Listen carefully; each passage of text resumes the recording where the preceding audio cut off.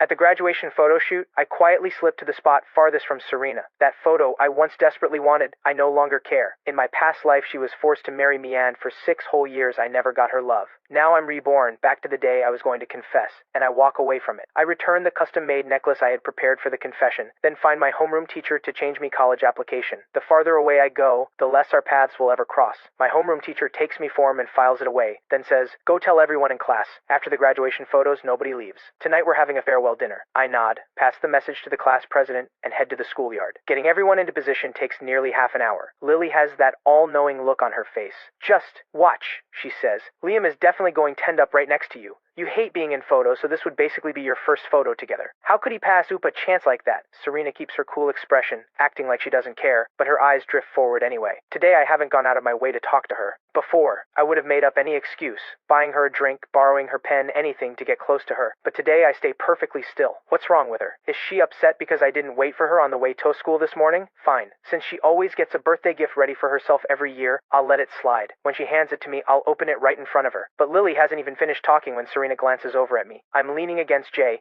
standing as far from Serena as possible. Maybe someone pushed her over there. The words barely leave Lily's mouth when Serena feels the tension in the air drop several degrees. "Whatever," she says coldly. Right at that moment, a male classmate steps into the spot in front of Serena. "Liam, are you sure you want to stand here? Serena is all the way over there. You two are so far apart." Jay clearly notices too, and leans in quietly. "It's fine," I say. "Doesn't matter where I stand." The photographer calls out, "All right, everyone, we're starting. I'll count 1, 2, 3, and you all say cheese." As the photographer's voice fades, the photo is taken. Serena's gaze lands on me, on my wide, bright smile, and for some reason a flicker of irritation rises in her chest. Some close friends stick around to take extra photos with the photographer. Lily nudges Serena again. "Drop the Ice Queen act already. See that there? Are so many girls crowding around Liam, all wanting a photo with him? I'm telling you, given how much he likes you, he's definitely going to come find you for a photo. When he does, don't play hard to get." "Fine, I get it." Serena's mood lifts just a little. She deliberately positions herself somewhere obvious, just to wait for me to come invite her. Several guys ask to take photos with her, and she turns every single one down, all for me. But then she watches as girl after girl invites me for photos, and I say yes to all of them. Worse, I even go out of my way to invite our homeroom teacher for a shot, completely forgetting about her. Standing right beside Serena, Lily feels every shift in her mood. Serena is like a walking freezer. Wherever she goes, the air gets cold. Lily scrambles for something to say. "Maybe Liam's just shy. You know he's liked you for years. Don't get mad over something small. If you really want a photo, phones can take pictures anytime." Serena shoots her a cold look and walks away without a word. Once the photos are done, the class president rallies everyone for the farewell dinner. It's only now that everyone truly feels free. At the graduation party, the teachers sit at a separate table, and most students go over to toast them. In my past life, my eyes were only ever on Serena, always calculating when to confess, when to give her a gift. Now I pull Jay along and go toast the teachers myself. Since we chose the science track in our second year, these teachers have poured themselves into teaching us for 2 full years. By 9 o'clock, as the dinner winds down, Lily walks to the center of the room, grabs the mic and says, "Hey everyone, listen up. Today is the day we part ways. Today is our graduation day. And it's also Serena's 18th birthday. Let's all wish her a happy birthday. And if anyone has a confession to make or a gift to give, don't waste this moment." While she speaks, she keeps shooting exaggerated looks in my direction. I keep my head down, picking at my food, tapping my phone now and then. The room erupts. Everyone breaks into happy birthday. Serena's brow furrows slightly. She hates being in the spotlight like this, especially in front of everyone, and especially Liam. Not a single gesture. All through dinner, he sat as far from her as possible, and hasn't so much as glanced her way all night. She doesn't even know why she keeps tracking my every move, but somehow, everything I do gets under her skin. Right now, her mood has hit rock bottom. All the frustration she's been holding in all day finally reaches its breaking point. The dinner is nearly over now. The teachers have already left. Classmates around her are cheerfully singing happy birthday, and yet Liam couldn't care less. He won't even open his mouth to sing a single line, just sitting there on his phone. Her eyes burn with anger. The moment the last note fades, she stands and walks out. "Serena, wait for me. Slow down." Lily rushes after her. Jay turns to me, worried. "She left. You okay?" I look up, genuinely puzzled. Who left? That's when Jay knows. I really don't care. We're all about to go our separate ways. Does anyone want to do a little performance for everyone, even just a song? The class president tries, to keep the energy alive. Suddenly, I stand up and walk over to a girl nearby. "Can I borrow your guitar? I want to sing Childhood. I hope we all remember being 18 forever." No one has ever seen me put myself out there like this. Usually I just trail behind Serena. The room immediately starts chanting, "One song, one song." I sit down on a stool and let my fingers drift across the strings. The music flows out, soft and steady. I play and sing, my voice low and warm. When the last note fades, the room fills with applause. I smile quietly and give a little bow with the guitar in my arms. Some classmates capture the moment on their phones and post it to the class group chat. By now, Lily and Serena are already in the car heading home. Lily sees the video the moment it drops. She hits play, and my voice pours out of her phone, and she can't help herself. Oh my god, Liam's voice is incredible. I've known him all this time, and I had no idea he could play guitar and sing like that. That was so heartfelt. When the song ends, Lily is still buzzing. Serena, put the game down. Check the group chat. Am I crazy, or is he doing this on purpose to get to you? The old Liam never would have gotten up in front of that many people to sing. Serena was already annoyed, and at that, her in-game character dies on the spot. She slams the controller down in frustration. Why? Do you keep bringing up Liam every 5 seconds? Do? You like him or something? Whatever he does from now on has nothing to do with me. Don't. Mention him in front of me. Today is her birthday, and Liam didn't even bother with the gift. Didn't even come back home with her, treating her like she doesn't exist. So why should she care about him at all? I'm going to sleep. Do whatever you want. Left alone in the living room, Lily finds nothing to do and heads home. At 10:30 that night, the farewell dinner finally wraps up. I get Jay into a cab first, we wave goodbye, then say my farewells to the rest of the classmates and slowly start walking toward the SU family villa. A girl from class happens to be going the same way. Nervously, she offers to walk me home. In my past life, I would have said no, afraid of what Serena might think. But now I just smile and nod. Thank you. Is it out of your way? She shakes her head shyly. Not at all. A few extra minutes is nothing. I thank her warmly. We walk in the same direction, one step apart. Half an hour later, we arrive at the SU family villa. I say goodbye. Thanks. I'm home. Be safe on the way back. She doesn't move right away. It looks like she's been building up to something for a while, and finally finds the courage. I've liked you for a long time. Maybe you never noticed me, but my feelings are real. I know you like someone else, but I hope you'll always be happy. My tears fall before I can stop them. So someone does like me. Serena not liking me. That's not my fault. I am someone worth loving. Thank you. My voice cracks. You're the first person who's ever confessed to me. I really mean it. Thank you for liking me. You reminded me that I'm worth it. She never expected that a simple confession would make me cry like this. She fumbles for a tissue and presses it into my hands. Hey, you're amazing, you know that? You're the dream guy for so many girls. So many girls like you and would never say a word. Liam, you're genuinely wonderful. It took everything I had to say this tonight. If not for tonight, I might have taken this feeling to my grave. Thank you for giving me this chance. I wipe my eyes and smile. A real one. Thank you. What's your name? Let's stay in touch. Maybe hang out sometime. She's completely caught off guard and immediately gives me her name and number. We exchange contacts. She leaves with a huge smile. I watch her go, not noticing the figure standing in the shadows on the second floor balcony, watching every second of it. Serena stares down at me with a cold, mocking smile. She's replayed the video of me singing God knows how many times. She's been up here waiting this whole time, and all she gets to see is me laughing and adding some girl on WeChat. So this is what your love looks like, Serena thinks icily. How cheap. Today is my 18th birthday, the most important day, and you ignored me all day. Now you're out here smiling with a girl who confessed to you. Liam, you really can't go a day without a girl around you, can you? Don't come crawling back. Only after I step inside does Serena finally move to her own room. If he comes back with a birthday gift, she thinks she'll let it go. This is his one chance, or she's done letting him trail behind her. The minutes tick by. She checks, and checks again, that her bedroom door isn't locked. But by 11:30 at night, I still haven't come. Serena finally pushes herself up and opens the door. Downstairs, all the lights are off, except for a dim light in the kitchen. Aunt Wu had just woken from a short sleep. She hears movement and comes out to check, surprised to find Serena awake. Miss Serena, why are you still up? There's a cake in the fridge. Your father left it for you. Would you like some? Serena shakes her head. Where's Liam? Aunt Wu stifles a yawn. Young Master Liam came home and went straight to his room. He's probably asleep by now. Do you need him? Should I go wake him? Aunt Wu, too drowsy to notice Serena's expression, keeps talking, and with every word, Serena's face grows darker, her voice dropping several degrees colder. No, I'll have some cake. She goes to the fridge herself. Still half asleep, Aunt Wu doesn't quite register the mood. She just senses something is off with the young Miss And adds gently, Miss Serena, it's sweet. Don't eat too much at this hour. Get some rest. Serena almost laughs at herself. She turned down her friend's party. She turned down her family's gathering. All she wanted was to wait. Wait for me, for a birthday gift, for something. But the entire day passed and I didn't say a single word to her. Not even happy birthday. And then there I was, laughing and carrying on with another girl. She's furious. Beyond furious. The kind of angry that can't be smoothed over. Not by anyone. From this moment on, your spot as my personal shadow is gone. Unless you come and make it right first, I'm done with you. And so a certain Sundare Ice Queen, furious and restless, tosses and turns all night, unable to sleep. The next morning I finish breakfast and head out. Aunt Wu hesitates. Young Master Liam, aren't you going to wait for Miss Serena? You two are always together. I smile and explain, Aunt Wu, I've got things to do today. We're adults now. If we're always stuck together, people will start to talk. Aunt Wu frowns. Last night, past 11, Miss Serena got up and had some cake. I thought she didn't like sweets. I shrug. Maybe she was in the mood. I don't pretend to understand how she thinks. She doesn't dislike sweets in general. She just never liked the ones I made. I'd finally seen that clearly. I've barely stepped outside when Serena wakes up. She sits down at the table and finds herself completely alone. Aunt Wu, where's Liam? It's already 9 o'clock. Is he still in bed? She sounds annoyed, like he thinks he's some honored guest who needs to be waited on at breakfast. Aunt Wu had been watering the garden, and here's Serena's question. She sets down her watering can and comes inside. Miss Serena, young Master Liam already ate and left. Serena lets out an incredulous laugh. He's gone. It's barely the start of break. Where could he possibly be? Aunt Wu shakes her head. He didn't say, Miss Serena, but he looked very sharp today. Very happy, too. Something good must be happening. Serena suddenly finds her bread impossible to swallow. Liam, you really outdid yourself this time. No more waiting for her at breakfast, not even a word before leaving. The thought that I might be on a date with the girl from last night, it sits like a stone in Serena's chest, pressing harder by the second. She forces herself to finish the milk and sets the glass down hard. Miss Serena, are you all right? Are you feeling unwell? Should I call a doctor? Aunt Wu lingers, waiting for instructions.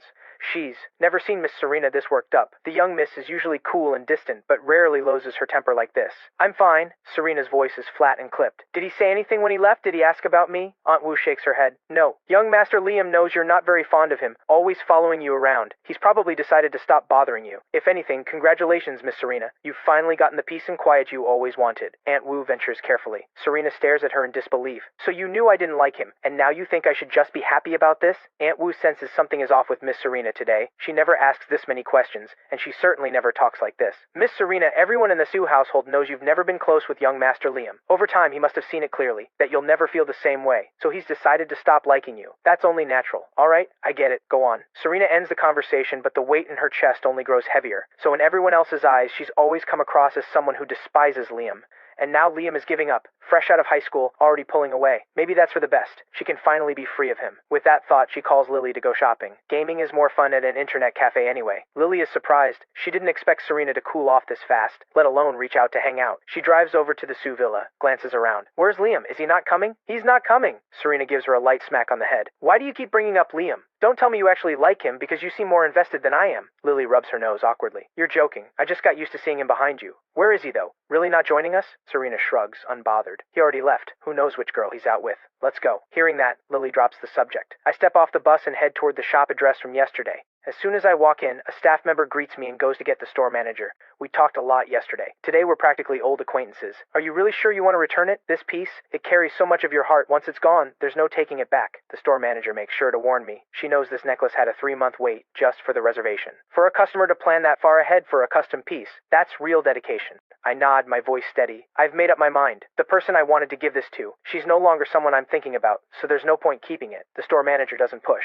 A custom piece this valuable, and you're the one initiating the return. I understand your situation. In that case, we're happy to buy it back at 70% of the original price. Thank you for your support. I hadn't expected that. I nod quickly, grateful. Thank you so much. Wishing your shop all the best. I won't lie. This money means a lot to me right now. The store manager takes the necklace with a smile. I'm not the owner, just the manager. The owner approved this. Give me a moment. I'll go take care of it. I nod. 10 minutes later, 35,000 yuan lands in my account. I thank the store manager again and wander out onto the street. 2 months of break, I should be earning something. Eventually, I spot a bubble tea shop with a hiring sign. There, taking on summer temps. After a quick chat with the manager, we settle on 20 yuan an hour. Not bad for someone without a diploma. I start right away. The girl working alongside me is also a recent grad doing summer work. Of all people, it's the same girl who walked me home last night. I didn't expect to see you here. Liam, don't you live in that gated neighborhood? Do you really need to work a part-time job? She asks. I shake my head with a smile. You've got the wrong idea.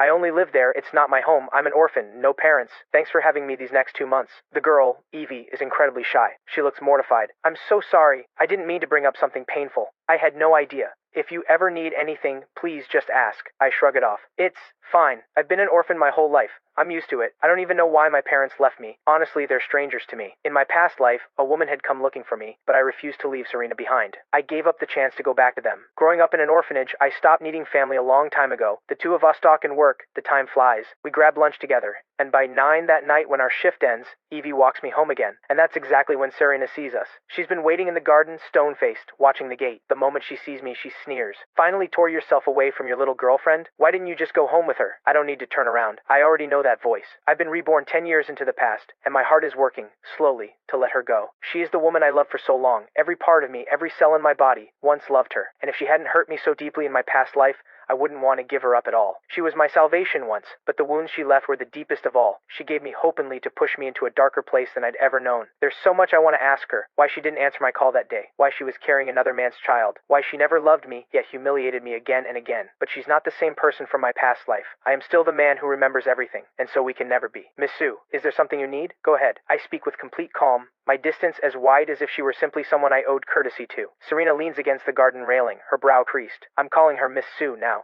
Before, I used to follow her everywhere and shamelessly call her Serena for 3 whole years, and now, without warning, that changes. She used to be so sure I loved her. Serena feels something drop in her chest. When she first saw me walking back with that girl, she hadn't thought much of it. She knew I had worked myself to the bone just to attend the same university as her. How could there be room in my heart for anyone else? But right now, looking into my eyes, she sees nothing. Just a calm, dark stillness. Before, all she had to do was glance back, and she'd catch it in my bright eyes. That undeniable longing, that quiet need. Could Aunt Wu have been right? That Liam no longer loves her? That he stopped chasing her, which is why he forgot her birthday. Gave her nothing, didn't call once all day, and deliberately kept his distance? If she hadn't come out here to wait, would he have gone on avoiding her forever? More Serena thinks. The angrier she gets, her chest tight and burning, like something hot is lodged inside and can't get out. She was out with Lily all day, sure, but her mind never left me for a second. She kept glancing at her phone, terrified of missing a message from me. She came home early, at 4 in the afternoon, and waited until now. And what did she get? She keeps her posture loose, effortlessly elegant, but her voice carries a sharpness she can't quite hide. Oh, so now you call me Miss Sue. Weren't you calling me Serena all through high school? I don't take the bait. Instead, without thinking, I step back, putting more space between us.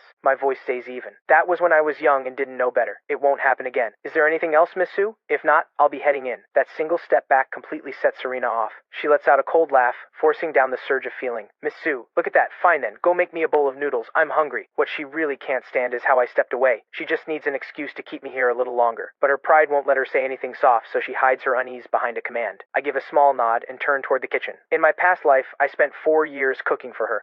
I knew exactly what she loved and hated. No green onions, no ginger, no vinegar, allergic to mango. I knew everything about her, and she knew nothing about me. To her, I was just a worthless shadow. Not worth a single moment off her energy to understand. But that's fine. When I finally leave for good, she'll let go without a fight. 5 minutes later, I come out carrying a steaming bowl of noodles, a poached egg on top, a slice of ham on the side. I set it down gently in front of her. Miss Sue, please eat. I'll be heading to bed now. Serena suddenly reaches out and grabs my wrist. The warmth of her fingertips makes me go still. Where? Do you think you're going? Her voice is deliberately firm. You're just going to leave me to wash the bowl myself? The truth is, she just wants me to stay a little longer, even in silence. She had braced herself for bad noodles since I'd barely ever cooked it before, but when she lifts a chopstick full and takes a bite, a familiar yet surprising warmth fills her mouth, even better than Aunt Wu's cooking. She blinks, and before she can stop herself, I didn't know you could cook like this. Hidden inside those words is a compliment she doesn't even realize she's given. I smile, but there's a trace of bitterness in my eyes. In my past life, everything I cooked to make her like me just a little more. Back then, I'd cook 10 meals and she'd barely touch one. Always not good. It turns out it wasn't my cooking that was the problem. She just never wanted anything I made. And now finally, she says it's good. Does that count for something? But the moment I think of everything from my past life, my heart fills with that same feeling, like 1,000 tiny needles pressing in from every side. Done eating? I'll go wash up. I pull my hand back, my voice flat. In such a hurry? Serena's grip on the chopsticks tightens. She just wants a few more minutes, even a few more words.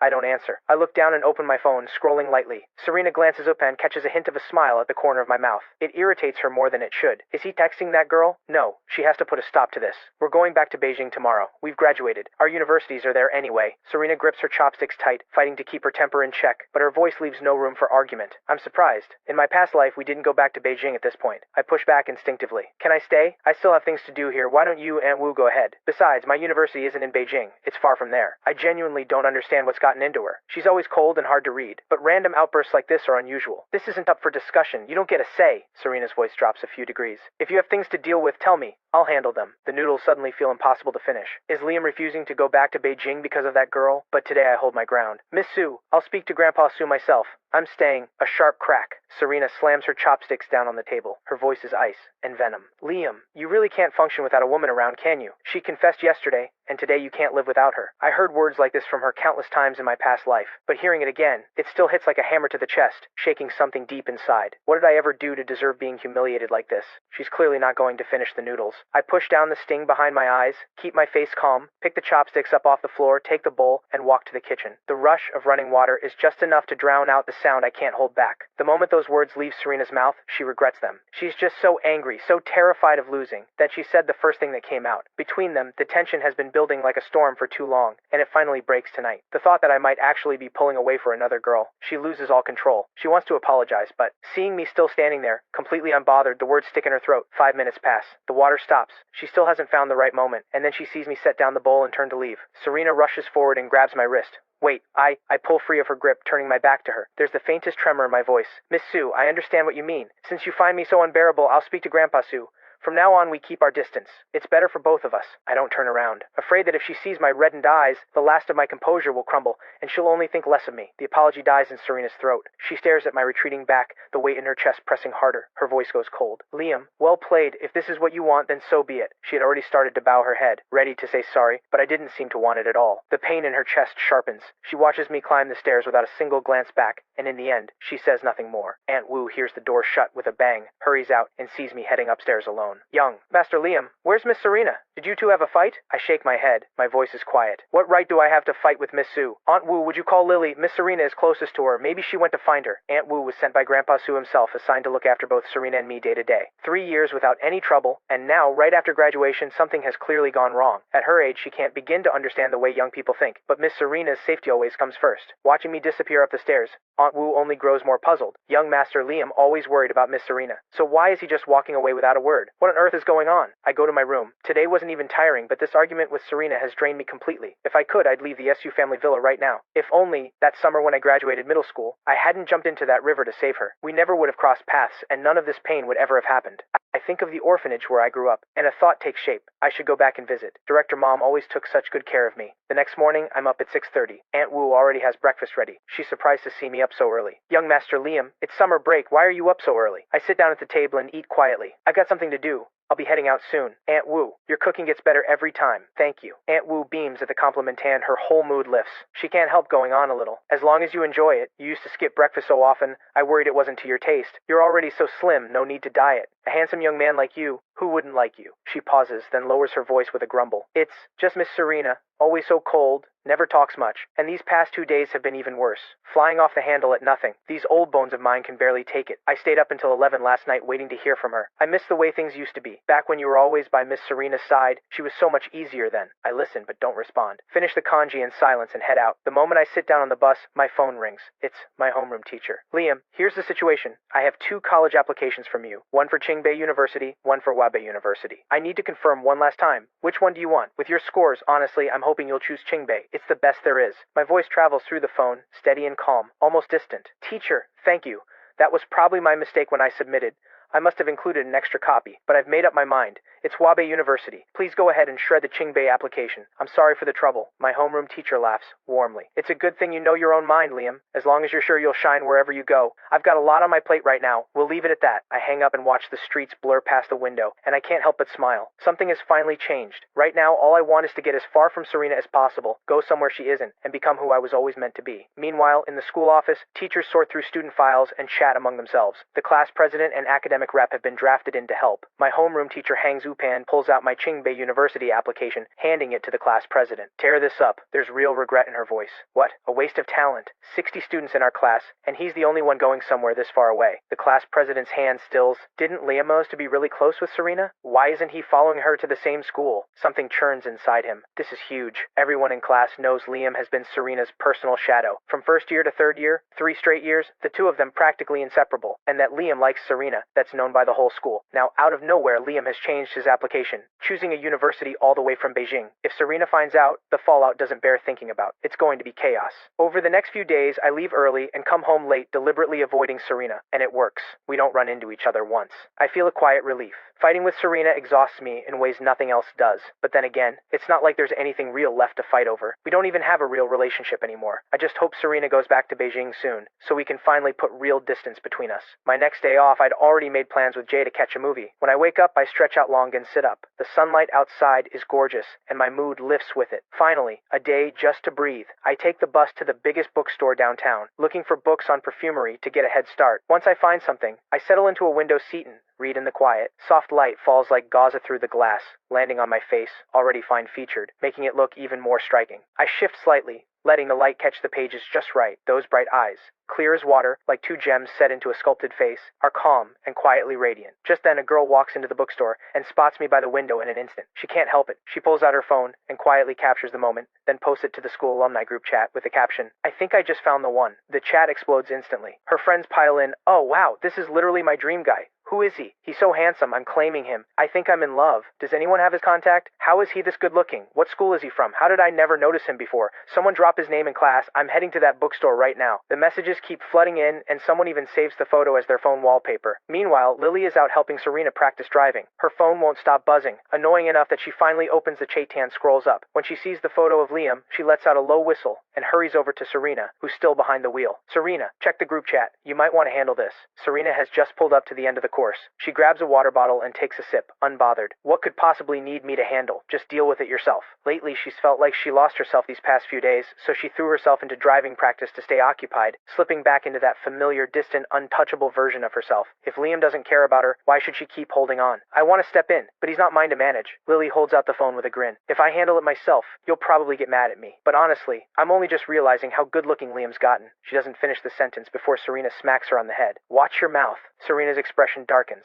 "Don't mention his name in front of me again. He has nothing to do with me. Nothing." She turns and gets back behind the wheel, ready to do another lap. Lily, long used to Serena saying one thing and meaning another, deliberately reads the chat out loud. "Oh, so his name is Liam. He's so good looking. I'm heading to the bookstore to get his number right now. My dream guy is too gorgeous. The bookstore, right? I'm on my way." The words are barely out before Serena freezes. She finally grabs Lily's phone and scrolls through, one message at a time, until her eyes stop on the photo. "I'm just wearing a casual blue jacket and jeans, but there's a brightness about me she's never seen before, like I'm more alive than I've ever been. The truth is, I've always looked this way. I just used to walk behind her, head down, hesitant, so everyone simply overlooked me." Serena's expression grows darker by the second. Her fingers fly across the screen. She drops a message in the group chat, one that lands like a warning shot. "Everyone delete that photo of Liam. Now, this is a violation of his right to privacy and image. Delete it or face the consequences, and I have no problem sending a lawyer after each and every one of you." The chat goes silent instantly. Everyone knows Serena Sue is the daughter of one of Beijing's most powerful families, not someone any of them want to cross. She never bothers with the alumni group chat. This is the first time she's spoken up in it, and it's to protect Liam. A few seconds pass, and a few quiet messages sneak in. "Oh wow, Serena is something else. I want to be Liam right now. Imagine having someone like that in your corner. Too bad I'm a girl, otherwise I'd want her protecting me too." Lily watches the whole thing from the side, barely holding back her laughter. "You know, that was quite the power move. If Liam finds out, he's going to be so touched. What if I find a way to quietly let him know?" Serena doesn't object. So Lily springs into action. She's well connected at their school, and quickly gets in touch with Jay, asking him to pass the news to me. The moment Jay finds me, he's fired up. "Those girls are unbelievable. Do they not realize how uncomfortable this is for you? Posting your photo in a group chat like that? If Serena hadn't spoken up, who knows where that photo would have ended up? Just thinking about it makes me sick." I just turn another page, calm as ever. I slide a large bubble tea across the table to Jay. "Relax. Have some tea and calm down." Jay takes a long sip, then keeps going. "Honestly though, I never would have guessed. When it counts, Serena actually comes through. Does she like you? Looks like 3 years of effort finally paid off." "Stop. Just stop." I cut him off, firm. "She is never, not in this lifetime, going to like me. Stop talking yourself into a fantasy. I woke up a long time ago. Don't mention her name around me again." "Liam, but she did something huge for you. Are you really just going to act like it didn't happen?" Jay frowns. "A fair question." I give a quiet smile and close the book. "I spent 3 years liking her. Gave everything I had. One good thing she does, call it even." Jay stares at me. "Have you really let go, Liam? You're different. You seem lighter than before. You have to keep moving forward." I smile, tuck the book into my bag. "Come on, it's almost 10. Movie's about to start. I'm getting this perfumery book." Jay stands up and heads to the entrance to wait. But the moment he gets there, Lily's voice rings out. "Jay, what a coincidence. Running into you here. Are you here alone?" Jay turns and sees Lily. And behind her, Serena, cool as ever. He immediately thinks of what I just said. Knowing I don't want to see Serena, he has no choice but to bluff. "Yeah, just me. What a coincidence. You're here for books too?" His voice is stiff, eyes slightly off. Lily raises an eyebrow, clearly not buying it, but doesn't call it out. Instead, she smiles and says, "Oh really? Would I have the honor of treating you to KFC?" She was practically dragged here by Serena. Her mission, win Jay over and create a chance for Serena to run into Liam. Jay is panicking inside. Liam is still at the register. If he walks out and sees Serena, it's bound to turn ugly again. He forces himself to say no. "Sorry, I'm off to catch a movie. You two must be busy. Wouldn't want to get in the way. We're heading different directions." "Please, Liam," he silently begs. "Don't come out yet." "We're not busy at all." Lily jumps in immediately, ignoring the brush off entirely. "Oh, you're seeing a movie. Perfect. We're free too. Let's all go. After the movie we grab KFC, and then we could hit Ocean Park in the afternoon, or the haunted house if you're feeling brave. Jay has never met someone with this level of nerve, and he snaps. I said it's not a good time. Do whatever you want. Lily immediately clamps a hand over his mouth, drops her voice low. Shh, I'll cover everything. You just eat and enjoy. One ticket to Ocean Park is 699 yuan, and you've been wanting to go for ages, but never wanted to spend the money, right? That hits Jay right where it hurts. He really has been wanting to go, just couldn't bring himself to spend the money on a ticket. He hesitates for a moment, then surrenders completely to the promise of a free day out. He hedges awkwardly. You meant all that? You'll buy the Ocean Park tickets? Of course I meant it. Everything's on me. Lily pats her chest, then casually slips in.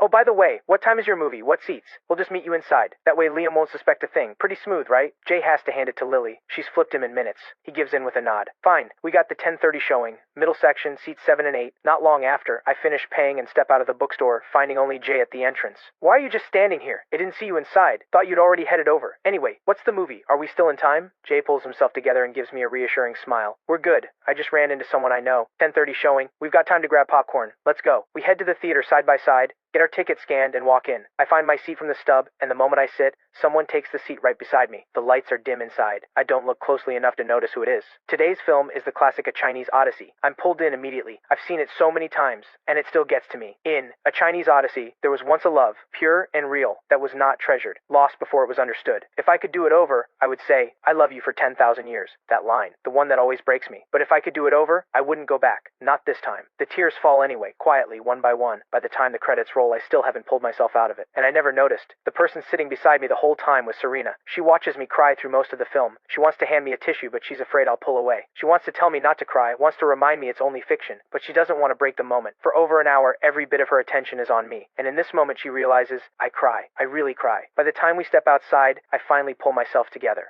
Sorry about that. I was completely lost in it. That movie just gets to me. I say it a little awkwardly. The truth is, I was thinking about myself, loving someone who would never love me back. What a waste. Jay waves it off, guilt in his eyes. It's fine. You hungry? Let's get something to eat. I'm in no mood to say no. You pick the place. My treat. Jay has already worked it out with Lily on his phone. They'll stage a run-in at KFC, have a meal together, and then I'll head to Ocean Park. Jay leads me to the KF Crite near the theater, just 5 minutes away. But today the place is packed. Just as I'm about to suggest somewhere else, Lily waves us over. What a coincidence. We're here too. Want to sit together? I spot Serena a few seats away and instinctively say, no thanks. Jay gives me the most pitiful look. You know how long I've been craving KFC. If you hadn't taken so long at the theater, we wouldn't even be in this situation. No table, and now you don't want me to sit here either. You're actually torturing me. The words die in my throat. I smile. Stiffly. Sorry to impose. Barely out of my mouth, Lily is already pulling me into the seat across from Serena. Long legs, no room to stretch. She looks completely out of place in a KFC. Lily and Jay are on the move, heading to the counter, coming back with a bucket of fried chicken, then soft serve ice cream. Lily is thinking, what exactly is she getting out of this? She's the one ending up miserable, paying for everything, running around. All for them. Once everything's on the table, I take one burger and a cola. That's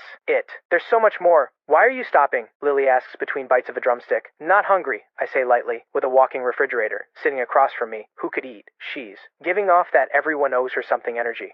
So what are you two doing after this? Lily tries to keep things moving. Jay acts casual. We were thinking Ocean Park this afternoon. Go see the pufferfish. You two want to join? I shake my head with a smile, already knowing there is no way Serena would go to Ocean Park with us. She'd definitely say something like, that place sounds incredibly boring and I want no part of it. But Lily nods eagerly. Yes, we've never been. This is perfect. She elbows Serena. Right? Say something. You in? Serena's whole presence is wrong for this setting. She looks nothing like someone who eats at KFC. She wipes her hands with practiced grace. Sure, why not? Not like I have anything better to do. You sound so thrilled. Why even bother? I glance at Jay. Actually, maybe we push it. Something came up for me today. Jay stares at me with wide eyes. Are you even my friend? You know, I've wanted to go to Ocean Park since second year of high school. How can you do this to me? Who knows when we'll get another chance? I can't wait until I graduate from university just to finally make this happen. I think about the fact that we're going to be apart soon. Maybe for good. I nod. All right, let's go. Serena and Lily hadn't expected that to work. Serena gets what she came for, but she doesn't feel good about it. Because the way I treat Jay, it makes her jealous. That used to be how I was with her. But today, with her right here, I haven't said a single word to her. Not even a glance. Ocean Park is on the outskirts of the city, so Lily drives us out. Jay, reading the room perfectly, takes the front passenger seat. I end up in the back seat next to Serena. Awkward. We used to share rides all the time. Now it feels strange, almost surreal, that we're going to Ocean Park together. Who is Serena Sue, really? The kind of person who goes to Ocean Park out of boredom? Her schedule is packed. Her money is endless. She never spared me a single hour. Now I understand. It was never that she had no time. She just had no time to waste on me. I stare out the window, lost in thought. Lily feels the tension in the car rising and tries to start a conversation. Liam, Haven't seen you around lately. What have you been up to? I come back to the moment and smile. Working, at a bubble tea shop. The break is long. Might as well do something. Lily clearly wasn't expecting that. Is it hard work? If you really want to earn some money, I can get you in my family's company. Office work, good pay, nothing too demanding. An actual desk job. I shake my head. Thanks, but I actually like where I am. Next time I'm in, I'll make you a drink. Lily accepts with a strained smile, thinking privately that she'd rather not have started this conversation. Jay picks up the thread. Liam, when's your next day off?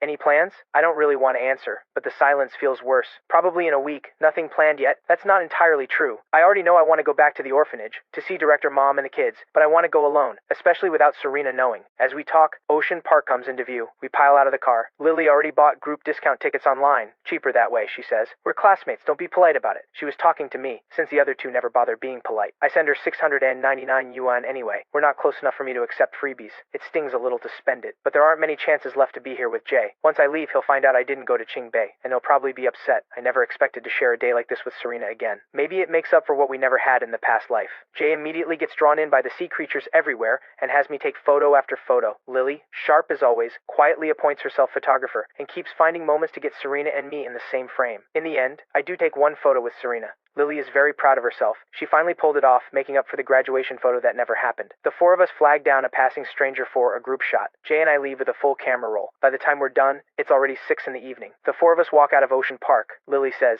"It's late. Everyone's hungry and tired. Let's get dinner first and I'll drive everyone home after." Serena doesn't object. Whatever Lily suggests, she seems to go along with. I'm a little confused. When did the great Miss Sue become this easy to deal with? Jay raises both hands. I am starving. I could eat an elephant right now. I have no objection either. We've been together all day. It would be weird to suddenly say no. Lily brings us to a private restaurant she knows. The lobster here is incredible. You're in for a treat tonight. When it comes to food and fun, Lily is self-taught and unstoppable. She waves her hand at the menu and orders 50 pounds of lobster, 10 pounds of beef. Order whatever else you want. And speak up if you have any dietary restrictions. Lily thinks of everything and somehow makes everyone feel at ease. I shrug. No complaints. Serena doesn't eat spicy food, and she hates peeling lobster. Not my concern anymore. But Lily's choices suit me perfectly, and the food arrives quickly. By now I'm hungry too, so I focus on my own plate and don't spare Serena a glance. She stares at the lobster in front of her, visibly irritated. Probably only I could read what's really behind her eyes, that quiet frustration. Fortunately, Lily ordered other dishes too, so Serena has something to work with. But almost everything here is bold and heavy. Every dish loaded with garlic, onion, and cilantro. In the past, I would have told the server exactly what Serena likes, but not anymore. She won't even open her mouth, so why should I bother? The four of them sit down to eat, and Serena is the only one with a cold face. The other three enjoy the meal. On the way back, they drop Jay off first, leaving just me and Serena. In all this time, this is the first time Serena has ever walked home with me. After Lily drives off on her own, I lead the way and Serena follows me into the villa. Why are you working a part-time job? If you needed money, why didn't you just tell me? That's the first thing she said to me all day. I stop and turn to face her. It's not about money, I say. I just want to experience real life. You've never understood how I live. We come from different worlds, completely different worlds. Quit the job. If you really want to work, I can arrange something for you, Serena says, convinced she's doing me a favor. I shake my head. Thanks, Miss Sue, but I actually like this job. I turn to go upstairs. I'm tired. Good night. Serena watches me walk away, her brow pulling tighter. She's doing this for him, so why does he still look so impatient? Why won't he just go along with her like he used to? Does he not like her anymore? Just then her phone rings. She glances at the screen. It's Grandpa Sue. Her voice instantly warms. Grandpa, you're still up? Just finished my medicine, was about to lie down, he says with a chuckle. But it's been so long since I've seen you. You've graduated and you're on break, and you can't come visit your old grandpa? Serena had planned to visit, but she wanted to stay close to me, so she didn't. She follows his lead. Grandpa, I've been taking driving lessons lately. Once I get my license, Lily and I will come see you. Grandpa Sue's tone shifts. Actually, there's something I need to tell you. You're an adult now. As the future heir of the SU family, it's time for you to begin specialized training and trials. Serena knows this is a responsibility she can't avoid. She straightens up. I'll come to you tomorrow, Grandpa. Only then does Grandpa Sue nod, satisfied. I'll be waiting then. She hesitates. Grandpa Liam wants to stay here, Serena asks carefully, hoping more than anything that I'll come with her. Grandpa Sue sighs.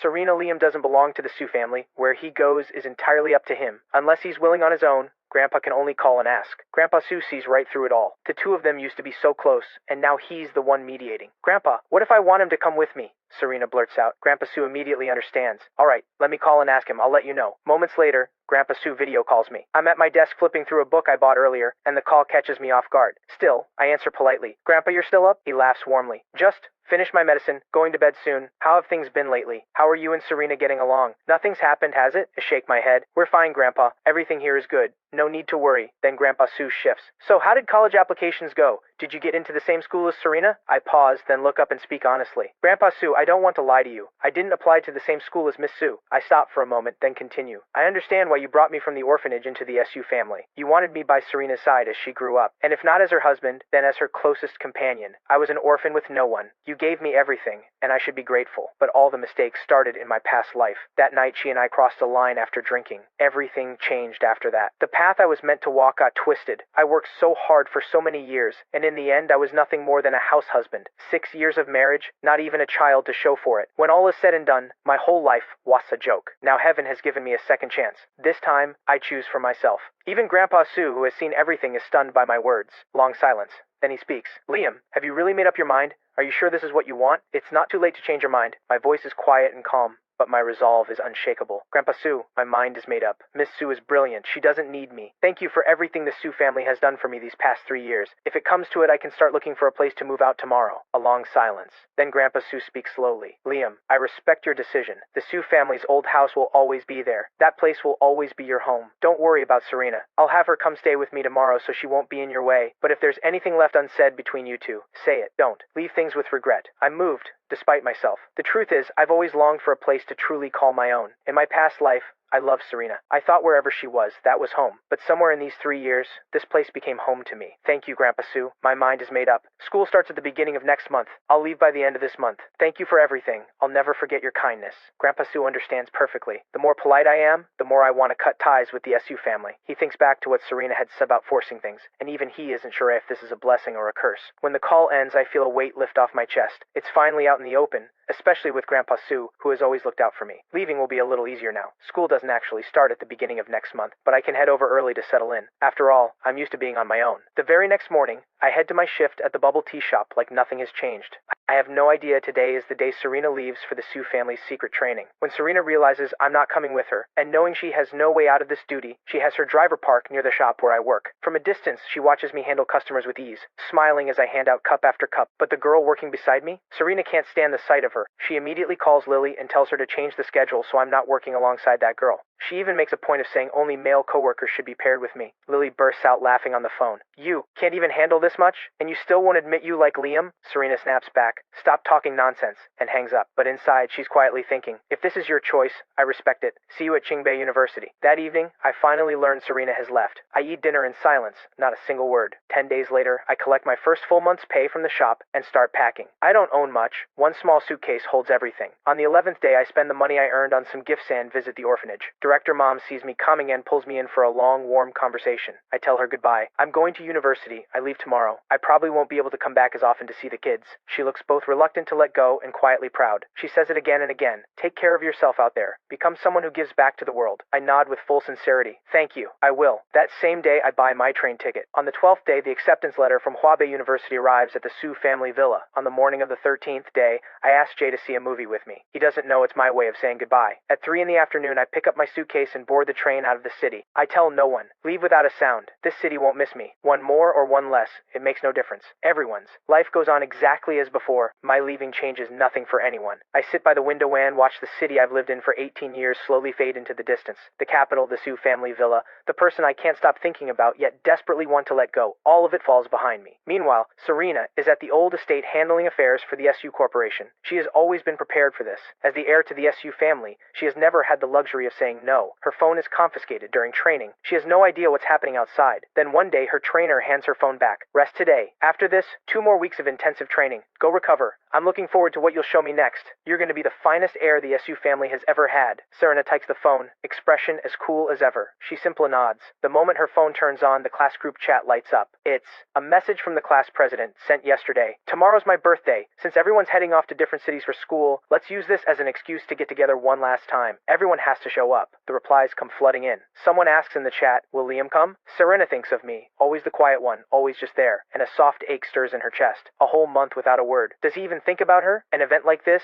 Liam would never miss it. At the farewell dinner, he even sang a song, and she still has it saved on her phone. The thought of seeing me again fills her with a strange, restless excitement. She rushes through a shower, picks out a red dress, and checks herself in the mirror. She remembers that I always seem to like her in this. Once she's ready, Serena goes to say a quick goodbye to Grandpa Sue, then heads out toward the city. She's so caught up in her excitement that she misses notices the way Grandpa Sue opens his mouth and then stops himself. This feeling, this fluttery, eager anticipation, she hasn't felt it in a very long time. Right now, her feelings for me are unmistakable. There's longing, there's excitement, and beneath it all, a thread of nervousness. It's only been a month, and yet she's feeling all of this. All she wants now is to see me as soon as possible. The drive from the capital takes 4 hours. By the time she reaches the city, it's already 6 in the evening. Lily is waiting at the junction and gives her a long look up and down the moment they meet. 8 months apart, and you've already changed. Not bad at all. Only Lily would ever tease her like this. Well, you actually dressed up. That's rare. Don't tell me you got all pretty just to see me. Serena gives her a light smack on the head. Stop talking, just drive. Lily starts the car, laughing. What's the rush? You just want to see a certain someone, right? A few more minutes won't kill you. The class president Sabian is coming. She's so well liked. Liam will definitely be there. Serena stares out at the blur of scenery rushing past, her heart a tangle of emotions. A whole month apart. The first real separation since they met. For 3 straight years I followed her around like her personal shadow. She thought all she felt for me was irritation. Yet here she is, desperate to see me. Most of the classmates are already in the private room when they arrive, and the energy is electric. Lily and Serena's entrance still causes a stir. Everyone assumed they wouldn't show. After all, I'm not here. In everyone's eyes, the three of us have always been a unit. I was always at Serena's side. Lily, Serena, we thought you weren't coming. You're late. We said 6 o'clock and it's already 6:30. Come on, penalty drink first. A guy calls out, clearly close with Lily. Without a word, Lily takes the glass and throws it back. He turns to Serena, his voice dropping a little. Miss Sue, how about one for you too?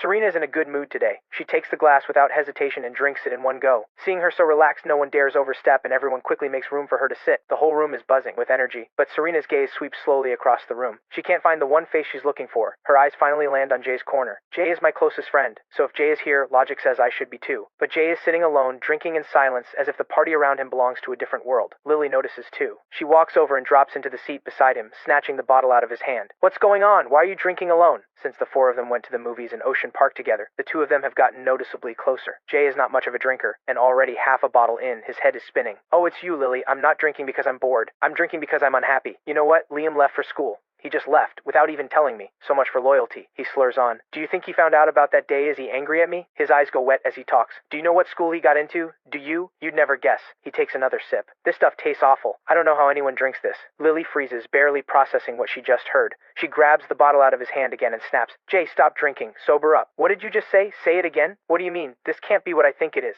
She steals a glance at Serena sitting beside her, face completely blank. Just moments ago, Serena was in such a good mood. Now it's as if the air around her has turned to ice. Jay doesn't care about any of that. He simply slumps forward onto the table and passes out cold. Lily shakes him hard. Jay, this is not the time to sleep. Wake up and answer me. She makes enough noise that the whole room turns to stare. The class president walks over. You're looking for Liam, aren't you? I know he's not here today. He left 2 weeks ago. Probably went to start university. He left the group chat too. Nobody knows where. The class president actually knows I applied to Huabei University. But since I clearly don't want people to know, he says nothing. The moment the words leave his mouth, the entire room goes silent. Lily can't bring herself to look at Serena. She can already picture exactly how bad it is. Wait, I remember Liam's college application said Qingbei University. We even submitted it for him. How could he be going somewhere else? The class president thinks for a moment. He must have gone to the homeroom teacher to change his application later. Beyond that, I don't know. Honestly, Liam was closest to the 2 of you. You'd think he would have told you. But the truth is, since graduation, I haven't reached out to them once. With Serena, I've been treating her like a complete stranger. Serena scans the room one more time. No sign of me. She doesn't linger. She turns and walks out. Her mind is in chaos. The heart that came here full of hope feels like it's been torn wide open. He left. He didn't want her. She should have known this. She just gave herself too much credit. Serena, wait for me! Where are you going? Lily rushes after her. Serena flags down a cab and heads straight to the Sue family villa. 20 minutes later, she steps out of the cab. The villa is completely dark. She steps inside, clinging to a thread of hope. The living room is immaculate. Could I still be here? Liam, are you here? Silence. Serena refuses to give up. She takes the stairs quickly, walks to my bedroom door. She hesitates, then pushes it open. The room still holds a faint trace of my presence, but I'm gone. An inexplicable emptiness washes over her. The shelf where I kept my books stands completely bare. Every book I'd flipped through countless times, gone. Even the notebooks I'd leave lying around have vanished. Every trace of me has been erased, as if I never lived here at all. Not a single mark left behind. Serena sinks onto the bed and calls my number. A robotic voice answers, "We're sorry, the number you have dialed is currently switched off." She doesn't stop. She calls again and again. The Sam recorded message over and over. She tries sending a video call on WeChat. A red exclamation point appears. I've blocked her. Liam, why are you doing this? She murmurs to herself. They've known each other so long. She hasn't done anything that terrible. He didn't even give her a chance to confess. She hasn't even figured out her own feelings, and he's already gone this far? Does he really think she can't live without him? Ridiculous. There are plenty of people who'd love to be at her side. He was only ever here because she felt sorry for him. An orphan, who actually cares about someone like that. Fine. If this is your choice, I won't come looking for you. Liam, As you wish. Serena strides out of the room that once held my life. Lily has been waiting downstairs. One look at Serena's face and she speaks carefully. Serena, are you okay? Where is Liam? Should we go find him? Serena gives her a cold glance. Take me back to the capital, and don't ever say his name in front of me again. He has nothing to do with me anymore. Lily knows better than to push. She gets in the car and drives. You can stay here or go back to your own place. Up to you. Serena drops that line and goes straight to find Grandpa Sue. Lily's family is originally from the capital. She had chosen to follow Serena to the city for school. Serena had gone there in the first place because, back in middle school, she was kidnapped. By chance, I was the one who saved her. But she ran a high fever from her injuries and lost all memory of me. So she's always believed I was simply someone Grandpa Sue took in. He kept her in that city for high school to protect her. But the full picture is far more complicated than that. Keeping Serena there was genuinely about keeping her safe. Serena knocks and enters Grandpa Sue's study. He sets down the papers in his hand and speaks calmly. So you know. Serena nods. Grandpa, have you been hiding something from me? Grandpa Sue lets out a long, heavy sigh. Serena, the only thing I can tell you is that Liam owes the SU family nothing. He comes and goes as he pleases. Don't go looking for him. Serena still can't let it go. Grandpa, did you know he was going to leave? When? Did he start planning this? Grandpa Sue sighs. The very night you left the city, he told me he had applied to a different school. He was clear. He wanted to leave, and he asked me not to try to stop him. Liam is a good kid. If it's not meant to be, let it go. Serena's response is unnervingly calm. Okay, Grandpa, I understand. Don't worry. He's the one who left first. I won't go looking for him. Grandpa Sue watches her and feels more uneasy than ever. Serena, go get some rest. You have more intensive training tomorrow. If Serena had shown even a flicker of pain, he could breathe easier. But the calmer she is, the more unsettled he feels. He knows his granddaughter better than anyone. She would never have tolerated me hovering by her side for 3 years unless she had real feelings for me. And now I've left without a word. How could she possibly be this calm? He knows that young people have to live through these things themselves. He can only hope that Serenado hasn't let herself get stuck. He just never expected me to be so ruthless about it, leaving without a single moment of hesitation. He had seen so clearly how much I cared for Serena back then. But where exactly I've gone, even he doesn't know. By now I've been at Wabe University for half a month. The Department of Fragrance Arts operates differently from the rest. The faculty stays on campus year-round, always present. Classes start earlier than any other department. When I arrived to register, I checked into the dorms at the same time. The Department of Fragrance Arts is unlike anything else. The coursework is vast. Traditional Chinese medicine, Western medicine, the theory behind every botanical and medicinal ingredient, and both the theory and practice of fragrance design. Fortunately, in my past life, I studied medicine at Qingbei University. My knowledge of herbal medicine is already solid, so learning fragrance design comes naturally. In just half a month, I've already made real progress. I can produce Focus Incense Seed 30% purity. In fragrance design, quality is measured by purity level. The higher the purity, the higher the grade. Focus Incense isn't something that takes years to master. The real challenge is the purity. Right now, the best Focus Incense on the market tops out at 60%. I stare at the incense I've just made, brow furrowed. I turn to Ms. He. Which step am I getting wrong? Why is there still such a gap? The truth is, Ms. He is already astonished I've managed to produce Focus Incense at all, let alone at 30% purity, and on the very first try. I've only been learning for half a month. I'm clearly a natural, and yet I'm not satisfied. I keep picking it apart. Ms. He thinks of her younger self and clears her throat awkwardly. Liam, you succeeded on the very first try. That already makes you remarkable. You can't rush everything. You've only been at this for 2 weeks. I believe you'll reach much higher purities in time. Ms. He, I think I've got a new idea. There's another combination of herbs I want to try. Ms. He stares at me blankly. All that encouragement, completely wasted. She'd said it all for nothing. She has high hopes for me, so she steps back and quietly waits. I place the ingredients for the Focus Incense into the vessel, turning the properties of each herb over in my mind. In the end, I swap out one cold-natured herb for a neutral one. Half an hour later, the new batch of Focus Incense is done. The moment I lift the lid, waves of fragrance pour out. Ms. He can no longer stay calm. How is this possible? How can ordinary Focus Incense smell this rich? The purity must be at least 60. She steps forward quickly, drawn by the scent. I examine the improved incense. It's almost translucent. Is this because the purity went up? I ask, puzzled. Ms. He, should we go check the purity of this Focus Incense? It looks strange. Did I fail? But based on what I know about these herbs, this should actually be more refined. And Ms. He's name is He Qian. She comes from the He family, a dynasty of fragrance masters. With only average talent, she's now 40 years old and still holds only a mid-level fragrance certification. Her highest purity achieved is 50%. Her family gave up on her long ago. That's why she was sent away to run the Fragrance Association in the city. She had assumed this would be her life, just drifting through to the end, but then she sees the Focus Incense I've just made and something inside her wakes up. She presses a finger to her lips, then carefully picks up the incense. She smells it, examines it closely, and carries it to the purity testing machine. 3 minutes pass. A clear chime sounds. The display reads, Focus Incense, purity 65%. Ms. He's breath nearly stops.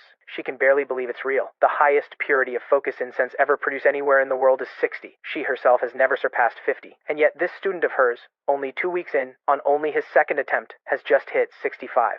In that moment, the way she looks at May is nothing short of hungry. I look like her entire future. Liam, how did you just do that? Can you walk me through every step? The purity jumped so much between 2 attempts. What exactly did you do differently? She's desperate for answers. The secret to higher purity, what sets me apart from the He family's other prodigies, and whether she's truly as talentless as everyone says. I didn't expect Ms. He to seem so ordinary most of the time, and yet lose herself completely the moment fragrance is involved. I explain, I simply swapped one cold-natured herb for this one. Think about it. Focus incense is designed to calm the mind. A cold-natured herb works against. It's also not great for the body. We don't have any yang herbs here, but if we could substitute firegrass, the effect would probably be even better. Ms. He immediately presses record button and captures every word. I continue. I was just experimenting, because I studied pharmacology before and made medicinal compounds. I figured the principles of fragrance design can't be too different from making medicine, so I gave it a shot. Honestly, I didn't expect it to actually work. I lay out everything I know and everything I've thought through. When I finish, Ms. He is practically vibrating with excitement. Liam, you are my lucky star. Wait here. I'm having firegrass sent over right now. We're doing this again. She immediately calls her assistant, telling her to get the herbs there within 5 minutes. The assistant hasn't seen her boss this worked up in years. After a decade of being sent away to the city, Ms. He had gradually gone numb. But today, her voice sounds like a completely different person. The problem is, 5 minutes to deliver is physically impossible. Even running flat out, the assistant only makes it an 8. She opens her mouth to apologize, but Ms. He doesn't give her the chance. She snatches the herbs and hands them straight to me, watching me with barely contained anticipation. Try again. I don't understand why Ms. He is so tense. It's just another attempt. I take the herbs, swap in the firegrass, and load everything into the vessel. High heat first, then medium as the temperature climbs, then low to finish. Half an hour later, the incense is ready. I let out a quiet breath of relief. I'm about to reach for it, but Ms. He gets there first. The assistant, caught up in her boss's energy, stands rigid beside her. The lid comes off, and rich, impossibly pure waves of fragrance pour into the room. Ms. He's hands are trembling as she carefully lifts the incense and brings it to her nose. She examines it closely. The assistant, having worked with her boss for years, knows quality when she sees it. What a beautiful color, almost transparent. The purity has to be above 80. Oh my, I've never seen focus incense this pure. I've never seen anything like it either. I stare at it, struck by how beautiful it is. It's stunning, I say, almost wistfully. If the vessel were made from Hessian jade, the color and purity would probably be even more refined. We thought this was already the best it could be, and yet there's still room to go further. Is that true? Ms. He's heart is racing. She's never heard any of this before. Isn't glass the best material for the vessel? And I watched you adjust the heat the whole time. Does that really make a difference? I smile. Ms. He, let's set that aside for now. Let's test the purity first. I'm curious, too. I finally feel a sense of accomplishment. Half a month of work, and something has finally broken through. He sets the incense on the testing machine. 3 minutes pass. A chime sounds. The display reads, Focus incense, purity 95%. Her breath nearly stops. She can't believe it's real. The world record for focus incense purity is 60.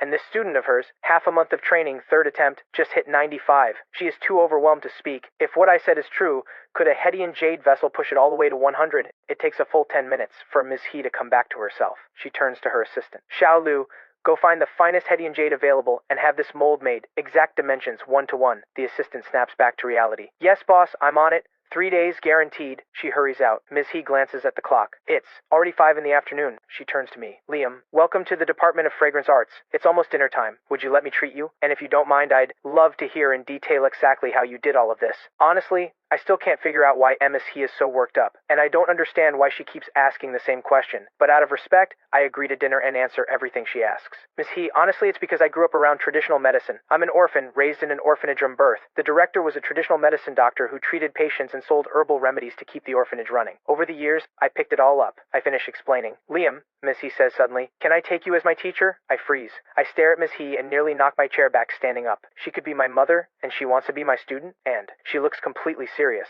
Ms. He, please don't joke about this. I've only been studying fragrance design for 15 days. I don't know anything. How could I possibly teach you? Ms. He sighs. I knew you'd say no. My talent is just too poor. I quickly reassure her. You're being too modest. You're a professor in this department. How could you call yourself untalented? I genuinely don't think that. It's just that I really don't know anything yet. I've barely started. Ms. He shakes her head. You have the highest natural talent for fragrance design I've ever seen. Give it a year, and the entire world will be chasing your work. By then, everyone will want to meet you. Countless people will want to learn from you. And where would that leave me? This is the first time anyone has ever said something like that about me. In my past life, my entire world revolved around one woman. After just 1 year of work, I became a house husband, and I was terrible at it. There was a time when I doubted myself, completely convinced I was worthless. In this new life, all I want is to find my own worth, to do what I love, to do something that matters. The idea of becoming a truly great fragrance master, that's something I never even dared to dream of. Ms. He, is that really true? My heart is racing. She nods with a smile. smile. You don't have to trust my skill as a perfumer, but you can trust my eye for talent. Your gift for fragrance design is almost frightening. It won't be long before you're the best in the world. My eyes light up as if I can already see it happening. Ms. He, I won't let you down. When the day comes that I'm a top-tier fragrance master, and you still want to be my student, I'll say yes without hesitation. For now, though, I'm still too new at this.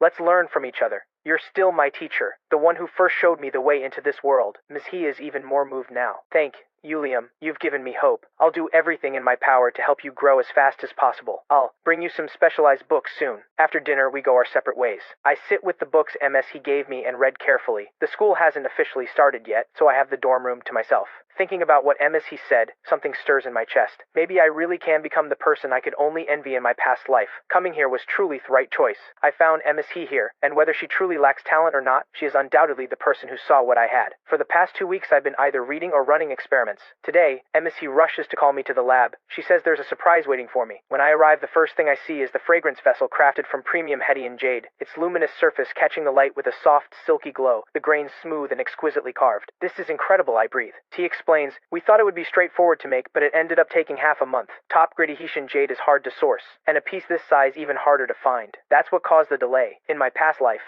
as a son-in-law of the SU family, I'd seen my share of rare treasures, but a Hessian jade vessel of this quality is genuinely rare. I nod in agreement. Miss He, this is extraordinary, precious and valuable. Isn't it a waste to use it just for making incense? Xiaolu steps in quickly. Mr. Liam, don't worry. Our boss lives and breathes fragrance. If it means better incense, no cost is too high. Please go ahead. We all want to see what happens. Ms. He watches me with the same eager look. In the past 2 weeks, she has spent more time in this lab than in the past 6 months combined. By learning from my techniques, her purity has climbed from 50 to 70, just one step away from senior certification. I don't hesitate any longer. Place each of the prepared herbs into the Hedian jade vessel. Once I start, my technique is noticeably more precise. Jade and glass conduct heat differently, so the temperature control has toe shift accordingly. The most critical thing is even heating. Not too hot to damage the herbs, but not too cool to prevent proper fusion. The precision required is extreme. Fortunately, I've been tending fires and making medicine with the director since I was 5. My hands know exactly what to do. Ms. He, just practice a few more times. So much of this is muscle memory. Once it clicks, it comes naturally. Knowing how eager MS he is to learn, I hold nothing back. I explain each key technique as I adjust the heat. 40 minutes later, the process is complete. By this point, I'm probably the only calm person in the room. The long stretch of focused work has tired me out. I reach for a tissue and dab, the sweat from my temple. Ms. He, on the other hand, is already trembling all over, her hand shaking beyond her control. Xiaolu can't hold back either. She says softly, Boss, if you're too nervous, let me open it. Having been with MS He for years, she knows that 95% focus incense was already extraordinary. And now, thinking about what might be inside, her heart is hammering in her chest. MS He takes a slow, deep breath, then lifts the lid of the Hessian jade vessel herself. Fragrance more rich and clear than anything before floods the room. Trembling, she cups the incense in her hands and lifts it out. It's pure white all the way through, nearly transparent, its texture so refined it looks like moonlight set into solid form. Not a single impurity. She stands completely still, eyes wide with something that goes beyond shock, as if she's witnessing a miracle. I speak quietly. Just as I expected, this is perfect. Ms. He, shall we test the purity first? She snaps back to reality, nodding rapidly, and carries the incense quickly to the testing machine. 5 minutes pass. A clear chime rings out. The display reads clearly, Focus incense, purity, 100%. MS He's breath nearly stops. She keeps repeating, 100. It's really 100. I catch Zhao Lu's eye and gesture for us to slip out. Zhao Lu, still in shock, gives a respectful nod and follows. It isn't until a full hour after I leave at MS he finally comes down from the high. Then she bursts out laughing. We did it! We actually did it! She keeps saying it, gripping Zhao Lu's arm, and her eyes slowly fill with tears. I finally know what the problem was. It was never that I lacked talent. They simply never told me the core secrets of fragrance design. They used it as an excuse to push me out of the capital. Zhao Lu watches her boss fall apart and feels her own chest tighten. Ms. He was the rightful heir of the He family, and her own family betrayed her. 10 years, exiled to this city. Boss, I've never regretted following you, Zhao Lu says, her voice catching. I will never forget what you did for me. Not a single day have I regretted it. Today is September 3rd. School officially begins, and the campus is packed with students arriving to register. It's alive with noise and excitement. When I get back to the dorm, there's a new roommate. He's in a black utility jacket, haircut clean and sharp, effortlessly cool. When I walk in, he reaches out a hand. Hey, I'm Zach, 2nd year, Fragrance Arts.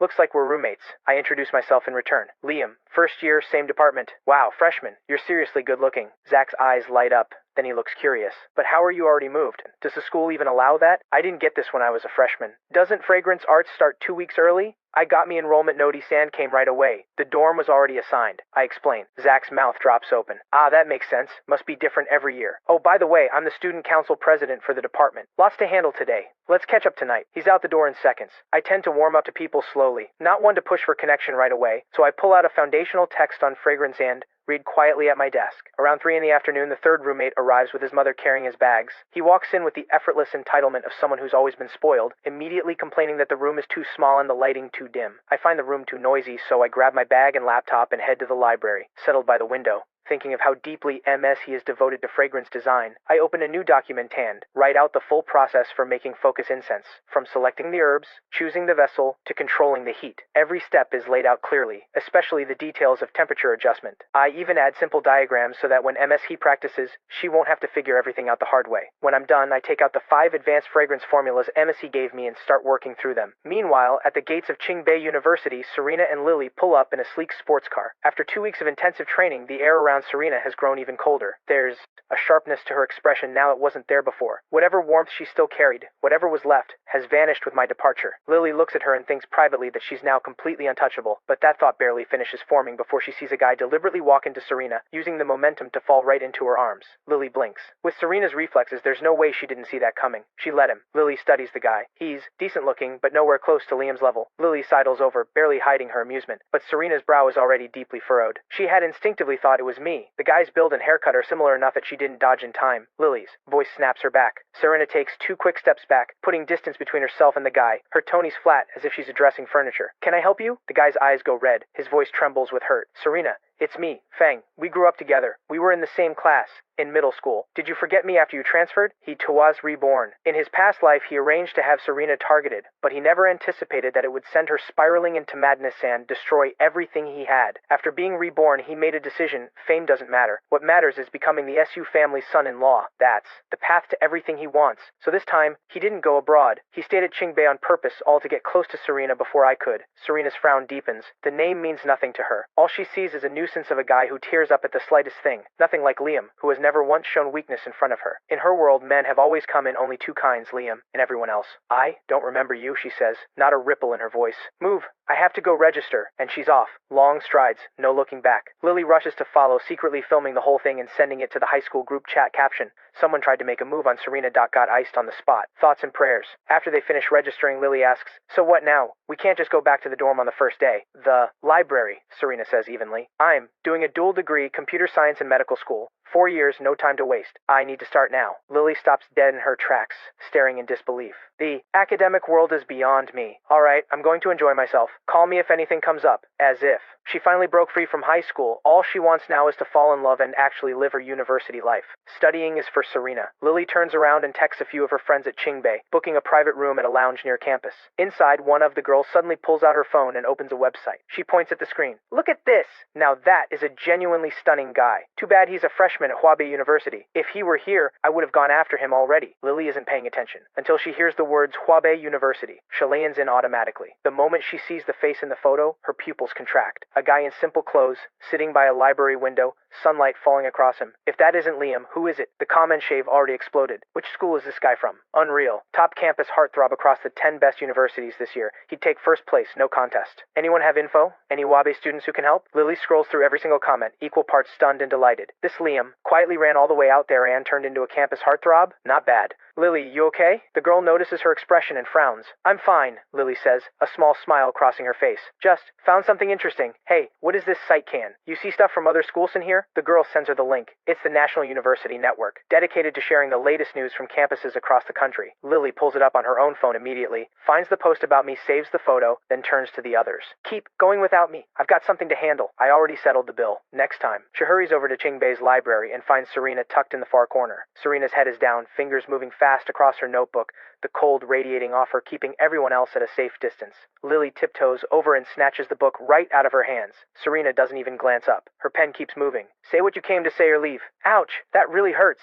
Lily drawls, stretching out every word. I came here, first thing, to bring you news about Liam. If you don't want to hear it, I'll just go. The moment the name leaves her mouth, Serena's hand goes still. She looks up for the first time and something shifts in those cool, detached eyes, staring straight at Lily. Lily is fighting every instinct to burst out laughing, because if she does, the next second she'd probably get hit. She takes out her phone, finds the photo, and sends it to Serena on WeChat. See for yourself. Is that Liam? Serena opens WeChat. The moment the photo loads, it's as if her blood turns cold and stops moving. Only now, in this moment, does she realize just how much she has missed me. A month and a half, and every cell in her body is screaming with longing. But the Liam in that photo looks the same as always. If anything, more at ease, more strikingly handsome than before. Where is he? Where did this come from? There's a barely perceptible tremor in her voice. Lily opens the National University Network and shows her. He's at Hwabae University studying fragrance arts. Looks like he's doing just fine. From the city all the way to here. That's a flight away. He clearly doesn't want anything to do with us.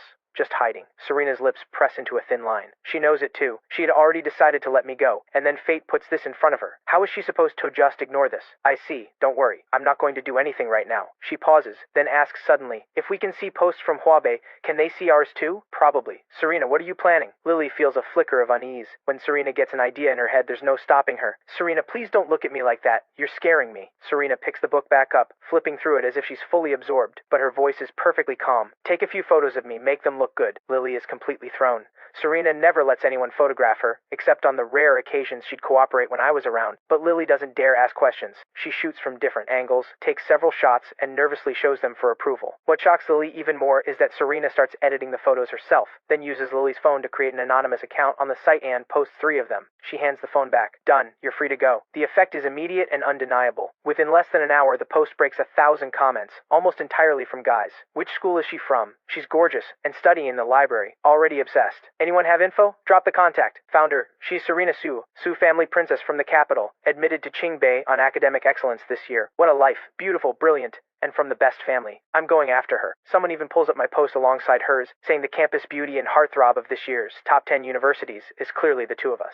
Fang sees all of it, his fists curling tight with envy. Then something clicks. He grabs his phone and posts his most polished headshot, then floods the comments from a fake account, crafting an image, good-looking, academically sharp, and an already successful actor who earned his place through pure, hard work, with a privileged background on top of it all. His post spreads fast. At the same time, the fact that I grew up in an orphanage gets dug up and exposed. Suddenly, the internet starts pushing the narrative that Serena and Fang are the perfect pair, the golden couple, while I get painted as an orphan reaching above his station. Fang sees the wave building and steps away, satisfied, to take a shower. And all of this I know absolutely nothing about. I've just gotten back to the dorm from the library. All 3 roommates are already in, huddled around their phones looking at posts. As Hwabae students, they've caught onto the whole Serena and Liam situation spreading online. When I walk in, they can't help but fill me in. I just smile lightly. Thanks for looking out for me. But I don't care about any of that, and honestly, those 2 do look like a good match. Let's not waste time on this kind of nonsense going forward. I pause and add weight to my next words. I genuinely don't know who Serena Su is, and I would never have feelings for her. There's nothing to be upset about. The more I say it, the closer I get to believing it myself.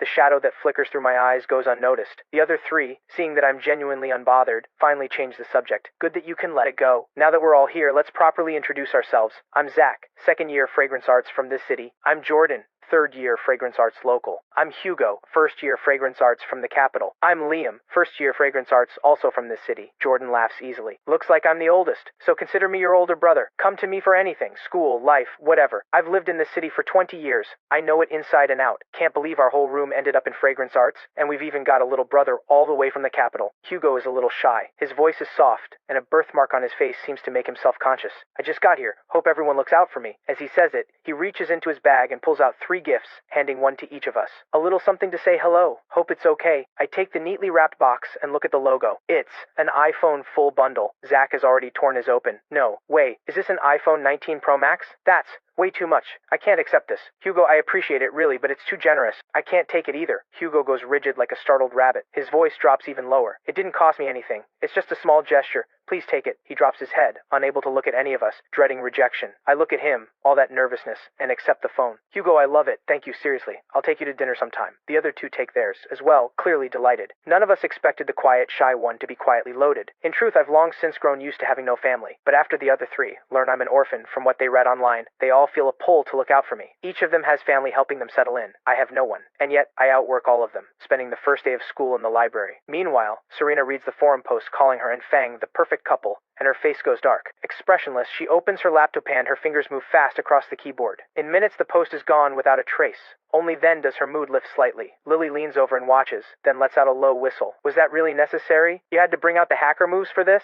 Ugly guys never give up. This kind of stunt, I saw it in elementary school. Already. Serena grabs a can of soda from the mini fridge and tilts her head back for a long sip. Lily shrugs. But, have you thought about it? If you got paired with some other guy online, do you think Liam would get jealous? Don't you want to see that? Don't. You want to know once and for all if he actually likes you? Serena goes still. She looks at Lily with something like approval. Out of everything you've ever done in your life, this is your one smart moment. She settles back in front of her laptop and pulls up the post she just deleted, restores it, and this time goes further, pinning it to the top of the page where it's impossible to miss. Serena herself doesn't even realize that Lily has pulled her completely off course. Her whole mind is now on me. I'm not letting her insult me. You're the most capable person I know. There's nothing you can't handle, Lily says smoothly. Liam's probably seen the post by now. If he actually reaches out to ask about it, will you tell him the truth? She's noticed that every time Serena's conversation turns to me, something in her softens. She clearly loves talking about me. Serena turns to the window, gazing out at the city lights stretching into the night. Do you think, she says softly, he'll actually care?